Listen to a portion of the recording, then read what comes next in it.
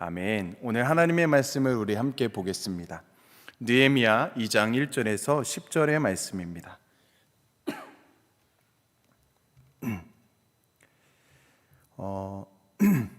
좀 죄송한데 좀 더워서 이거 외투를 좀 벗고 해도 괜찮을까요? 네, 이해해 주시면 감사하겠습니다. 네, 느헤미야 2장 1절에서 10절 말씀 우리 다 같이 한 절씩 교독하겠습니다. 제가 먼저 읽겠습니다. 아닥사스다 왕 제20년 니산월에 왕 앞에 포도주가 있기로 내가 그 포도주를 왕에게 드렸는데 이전에는 내가 왕 앞에서 수심이 없었더니 왕이 내게 이르시되 내가 병이 없거늘 어찌하여 얼굴에 수심이 있느냐 이는 필연 내 마음에 근심이 있음이로다 하더라. 그때에 내가 크게 두려워하여 왕께 대답하되 왕은 만세수를 하옵소서. 내 조상들의 묘실이 있는 성읍이 이제까지 황폐하고 성문이 불탔사오니 내가 어찌 얼굴에 수심이 없사오리까 하니 왕이 내게 이르시되 그러면 내가 무엇을 원하느냐 하시기로 내가 곧 하늘의 하나님께 묵도하고 왕에게 아뢰되 왕이 만일 좋게 여기시고 종이 왕의 목전에서 은혜를 얻었사오면 나를 유다 땅 나의 조상들의 묘실에 있는 성읍에 보내어 그 성을 건축하게 하옵소서 하였는데 그때 왕후도 왕 곁에 앉아 있었더라.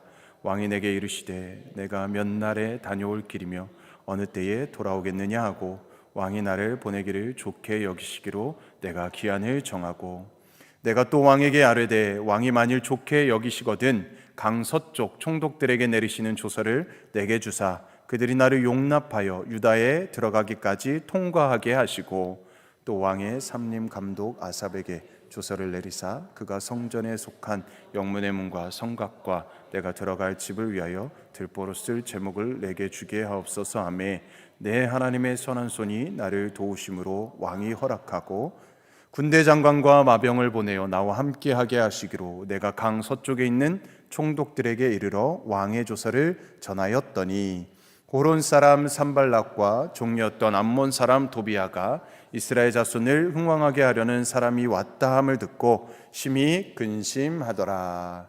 아멘.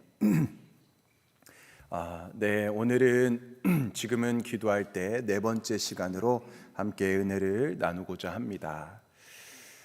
예전에 미국의 뉴욕에 한 의사가 있었는데요. 그곳에 환자가 15,321명이 있었다고 합니다. 그 사람들을 대상으로 그 발병한 이유를 이렇게 조사를 해보았다고 합니다. 근데 대부분이 인생에 대한 가치관과 목표가 부족한 사람들, 그리고 무기력한 사람들이라고 하는 것이 특징이 있었다라는 것이죠.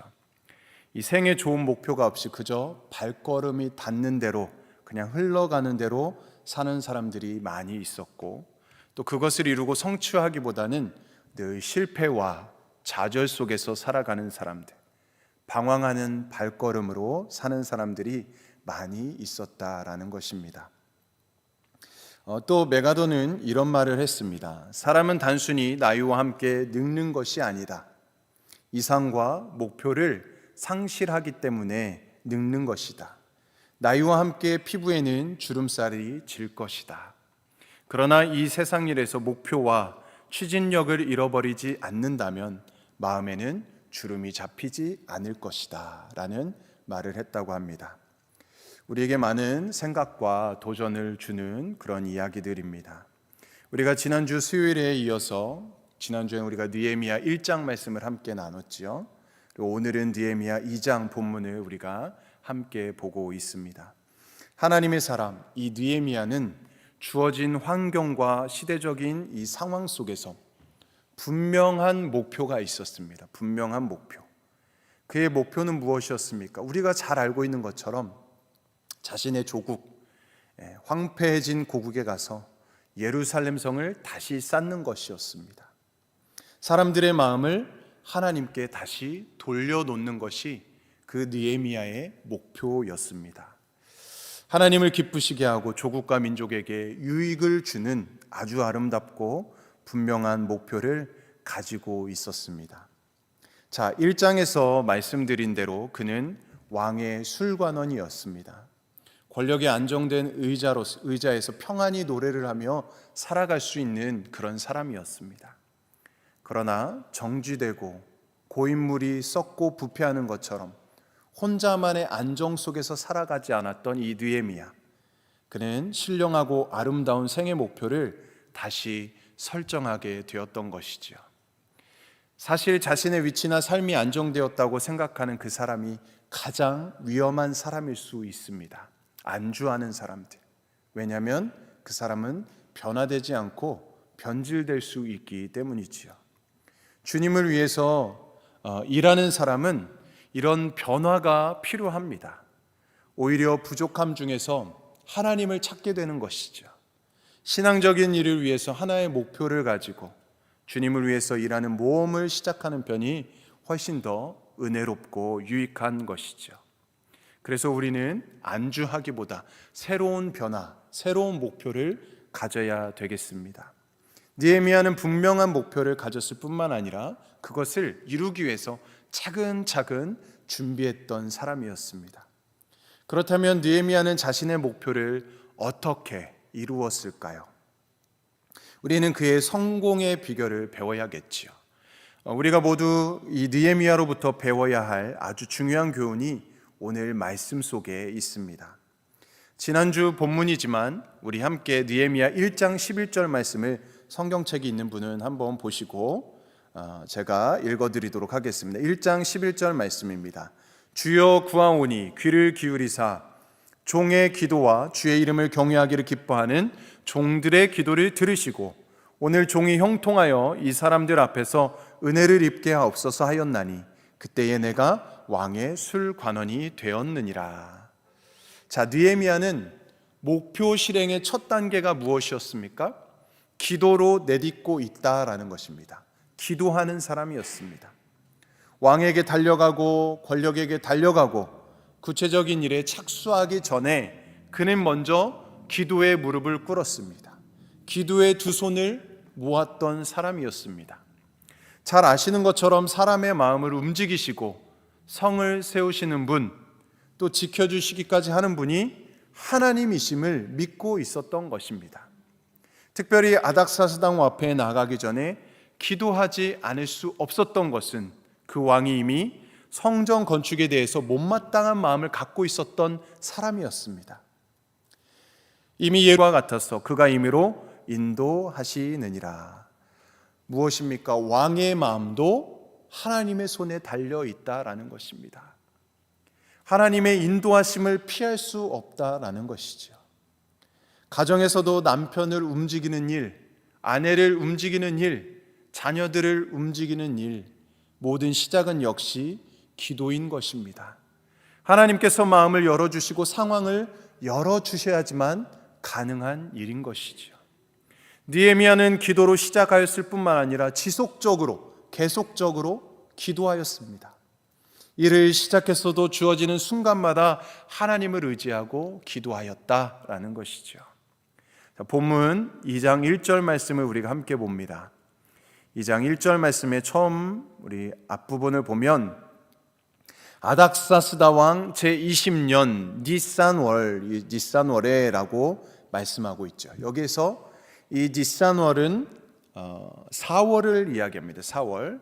자, 그런데 느헤미야가 결심한 것은 우리가 읽진 않았지만 1장 1절에 보면 기슬르월이라고 되어져 있었습니다. 지난주에 우리가 봤던 말씀에 보면 이 기슬르월은 12월입니다.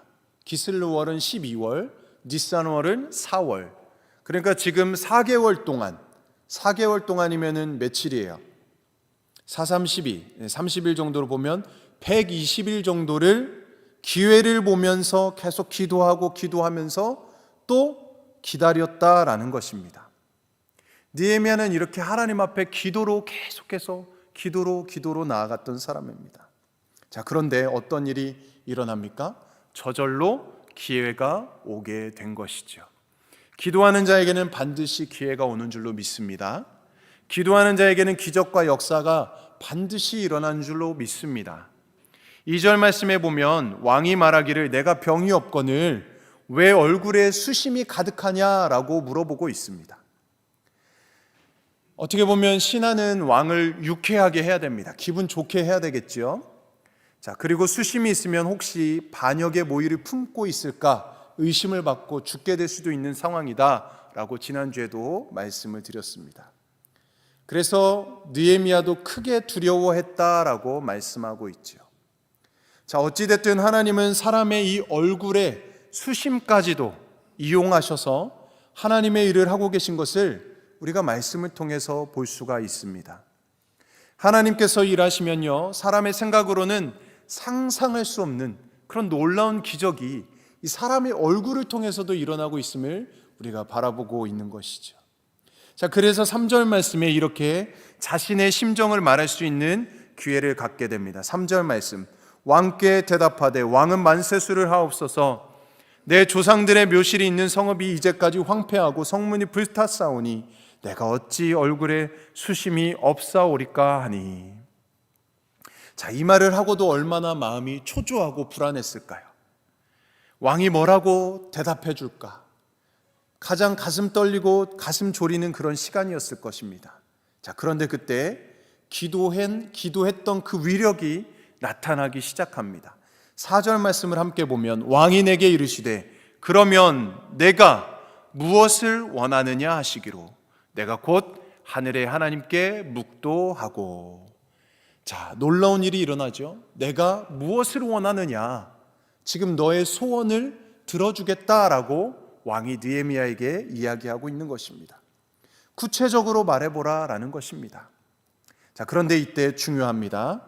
바로 원하는 것을 대답할 수도 있을 수 있습니다. 자, 그런데 느헤미야는 어떻게 반응했습니까? 성경에서는 뭐라고 말하고 있습니까? 내가 곧 하늘의 하나님께 묵도하고 라고 말씀합니다. 자, 그 짧은 찰나 속에서도 느헤미야는 하나님께 기도를 했다라는 것이죠. 야, 이 순간적인 이 찰나에서도 하나님께 기도하면서 묵도했다. 하나님의 음성에 민감히 세밀하게 반응했다. 이게 얼마나 이 느헤미야의 그 영성이 깊은가를 우리가 볼 수 있는 것이죠. 느헤미야가 이렇게 집중하여 기도할 뿐만 아니라 순간순간마다 기도하는 사람이었다라는 것입니다. 순간마다 하나님께 감사하고 하나님을 의지하는 사람이라는 것을 보여주는 말씀입니다. 사랑하는 우리 성도님들, 우리는 모든 순간마다 기도하며 살아가고 계신가요? 어려울 때는 우리가 기도하지만 잘 될 때에도 기도하고 계신가요? 일을 하면서 사람들과 대화하면서 길을 걸어가면서도 우리가 운전을 하면서도 매 순간마다 늘 하나님이 옆에 계심을 생각하면서 기도하고 계십니까? 사랑하는 우리 성도님들, 바람이 있다면 우리가 항상 쉬지 않고 기도하는 저와 여러분들의 삶이 되기를 주님의 이름으로 축복합니다. 요즘 참 감사한 것은 우리 교회 성도님들께서 기도에 열심을 내주시고 계십니다. 제가 처음 우리 교회 새벽 예배를 드렸을 때보다 더 많은 분들이 새벽 예배 현장에 참여해 주셔서 함께 기도해 주시고 또 온라인 영상으로도 함께 참여해 주고 계십니다. 하루를 보내고 피곤한 몸이지만 또 수요 예배까지 이렇게 나오셔서 우리 많은 성도님들이 함께 기도를 해주고 계십니다. 얼마나 힘이 나고 기쁜지 모릅니다. 제가 이렇게 보기에도 너무나도 기쁜데 우리 하나님께서 보시기에는 얼마나 더 기쁘실까요? 우리가 마음과 뜻을 모아 기도할 때 하나님께서 우리 교회의 성도님들의 삶의 그 가정에 선하신 뜻을 반드시 이룰 줄로 믿습니다. 여러분의 삶에 놀라운 은혜와 간증이 넘쳐나게 될 줄로 믿습니다. 아멘. 자, 또한 느헤미야는 분명하고 구체적인 계획을 가진 사람이었습니다. 5절과 8절 말씀을 함께 봅니다. 5절과 8절 말씀 우리 다 같이 함께 합독합니다. 시작. 왕에게 아뢰되 왕일 만일 좋게 여기시기 종이 왕의 목전에서 은혜를 얻었사오면 나를 유다 땅 나의 조상들의 묘실이 있는 성읍에 보내어 그 성을 건축하게 하옵소서 하였는데 그때의 왕후도 왕 곁에 앉아 있었더라. 왕이 내게 이르시되 내가 몇 날에 다녀올 길이며 어느 때에 돌아오겠느냐 하고 왕이 나를 보내기를 좋게 여기시기로 내가 기한을 정하고 내가 또 왕에게 아뢰되 왕이 만일 좋게 여기시거든 강서쪽 총독들에게 내리시는 조서를 내게 주사 그들이 나를 용납하여 유다에 들어가기까지 통과하게 하시고 또 왕의 삼림 감독 아삽에게 조서를 내리사 그가 성전에서 속한 영문의 문과 성곽과 내가 들어갈 집을 위하여 들보로 쓸 제목을 내게 주게 하옵소서 하매 내 하나님의 선한 손이 나를 도우심으로 왕이 허락하고. 아멘. 무엇을 원하느냐라는 이 왕의 질문에 말이 떨어지기 무섭게 느헤미야가 마치 준비했다라는 듯이 구체적인 계획과 청사진을 이야기합니다. 우선 그는 기한을 이야기했습니다. 그리고 왕의 조서와 신분증 주시기를 구하고 있습니다. 그리고 성전 짓기 위한 들보 제목을 달라라고 말하고 있습니다. 느헤미야는 기도가 있을 뿐만 아니라 거기에다가 구체적인 계획을 갖고 있었던 사람이었습니다. 이야기할 때 바로 이야기할 수 있는 그런 계획을 준비했던 사람인 것이죠. 하나님을 향한 기도 매우 중요합니다. 그리고 계획하는 신앙도 중요합니다. 사람에 대한 계획, 시간에 대한 계획, 필요한 물질에 대한 계획, 느헤미야는 이 모든 것을 아주 잘 세웠던 사람이었습니다. 우리 하나님께서도 질서와 계획의 하나님이시잖아요. 천지를 창조하실 때에 마구잡이로 창조하지 않으셨습니다. 하나님의 계획과 하나님의 질서에 따라서 모든 것을 창조하셨습니다. 우리에게 구원을 베푸실 때도 우선 창세전에 우리를 선택하셨다라는 것입니다.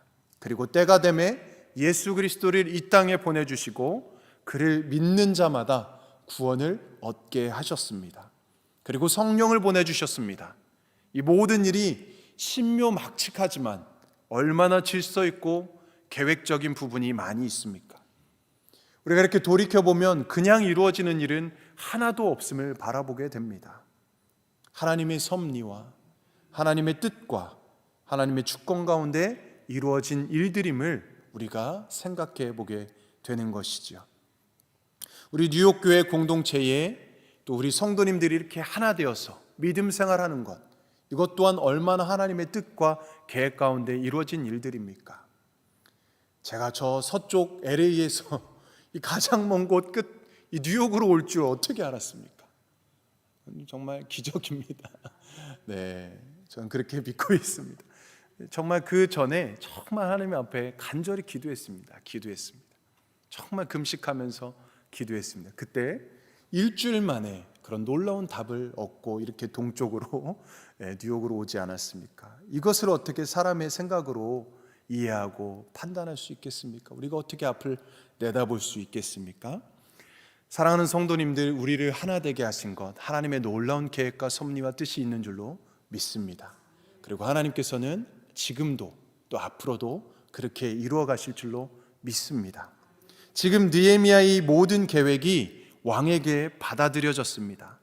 얼마나 느헤미야가 기뻤을까요? 그 기도를 했을 때, 그 기도가 응답받았을 때 얼마나 기뻤을까요? 자, 그런데 성경에서 뭐라고 말씀하고 있습니까? 우리 8절 마지막 하반절 부분을 함께 봅니다.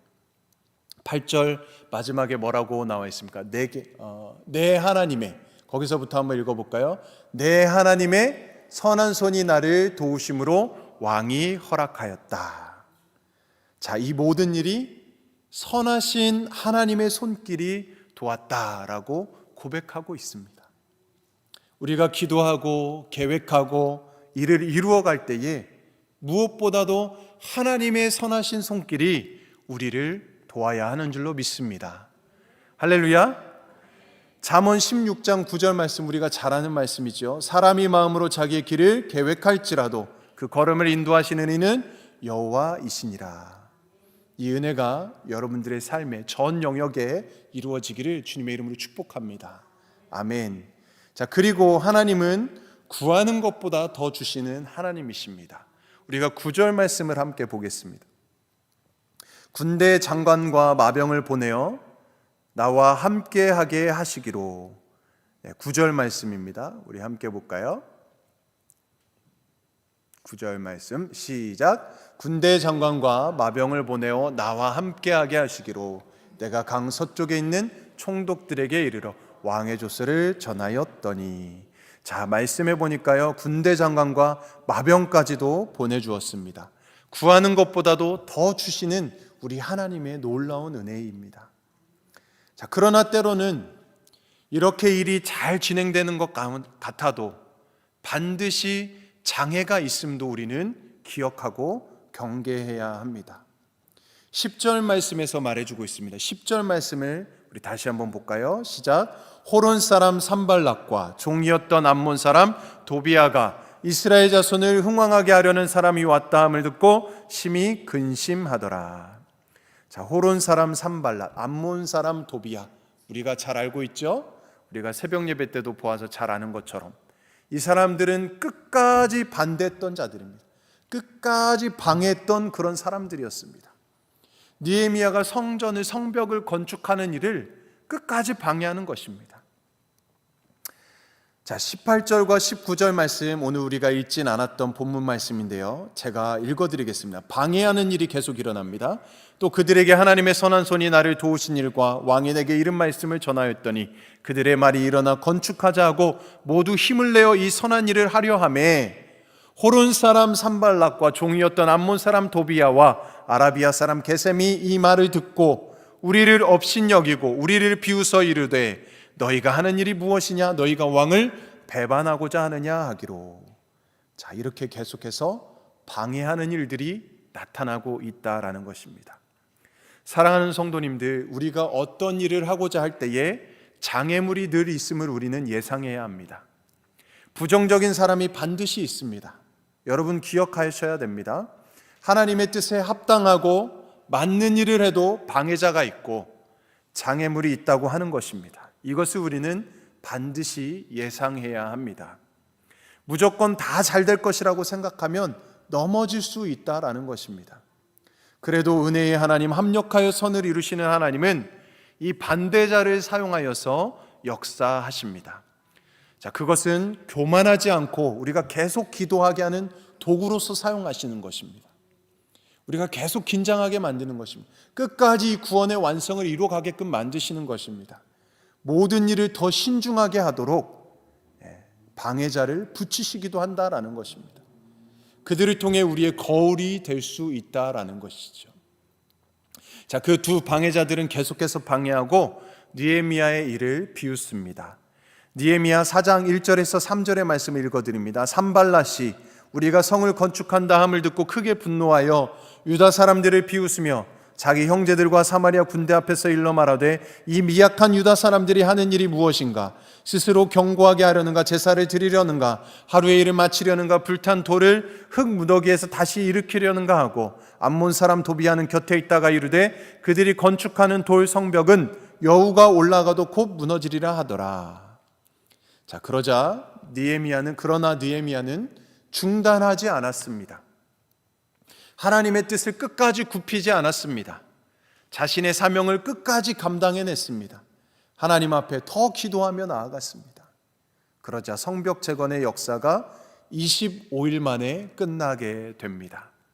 느헤미야 6장 15절에서 16절의 말씀 읽어드립니다. 성벽 역사가 52일 만인 엘룰월 25일에 끝남에 우리의 모든 대적과 주위에 있는 이방 족속들이 이를 듣고 다 두려워하여 크게 낙담하였으니 그들이 우리 하나님께서 이 역사를 이루신 것을 알미니라. 할렐루야, 아멘. 아무리 방해꾼이 있고 장애물이 많이 있을지라도 하나님께서 함께 하시니까요, 모든 장애물을 뛰어넘게 해주셨습니다. 하나님의 일에 막을 자가 없는 것입니다. 할렐루야, 아멘. 어떤 우화에 이런 이야기가 있습니다. 시련을 당해 앉아있는 비둘기에게 비둘기도 시련을 당하나 봅니다. 시련을 당해 앉아있는 비둘기에게 한 참새가 날아와서 물었습니다. 얘, 눈송이 한 개의 무게가 얼마나 되는지 아니? 눈송이 한 개의 무게가 얼마나 되는지 아느냐는 것입니다. 그걸 내가 어떻게 알아? 별것 아니겠지라고 대답을 합니다. 참새가 계속해서 이야기합니다. 나도 그렇게 생각했는데 어느 날 나뭇가지에 내려앉은 눈송이를 세어보았어. 정확하게 374만 1952송이가 내려앉을 때 가지는 아무 일이 없었는데 다음 한 송이가 내려앉았을 때 가지가 부러졌어. 무게라고는 없을 법한 아주 가벼운, 무에 가까운 눈송이 한 개의 무게, 이것이 끊이지 아니하고 반복될 때 가지가 부러지는 일이 생기게 되었습니다. 사랑하는 우리 성도님들, 이 이야기가 굉장히 도전이 됩니다. 에이, 우리가 기도해도 아무 소용이 없던데, 에이, 우리가 계속 기도했는데 들어주지 않던데 라고 포기하지 아니하고 우리가 계속해서 기도하고 또 기도하고 기도가 쌓이다 보면은 하나님의 역사는 한순간에 일어나는 줄로 믿습니다. 사랑하는 성도님들, 오늘 느헤미야의 삶을 기억하시기 바랍니다. 저와 여러분들의 삶에 이 말씀이 적용되어지기를 소망합니다. 여러분 생애에 늘 기도가 있고 하나님의 선하신 계획이 있기를 축복합니다. 또한 모든 장애를 극복해 나가는 그 지혜와 끈기가 있기를 바랍니다. 여러분들의 삶에 가나안은 정복되고 무너졌던 삶의 일부분들이, 조각들이 예루살렘 성벽이 새롭게 재건되었던 것처럼, 52일 만에 재건되었던 것처럼 놀라운 하나님의 은혜와 역사가 여러분들의 삶에 가득 넘쳐나기를, 임하시기를 주님의 이름으로 간절히 축원드립니다. 아멘.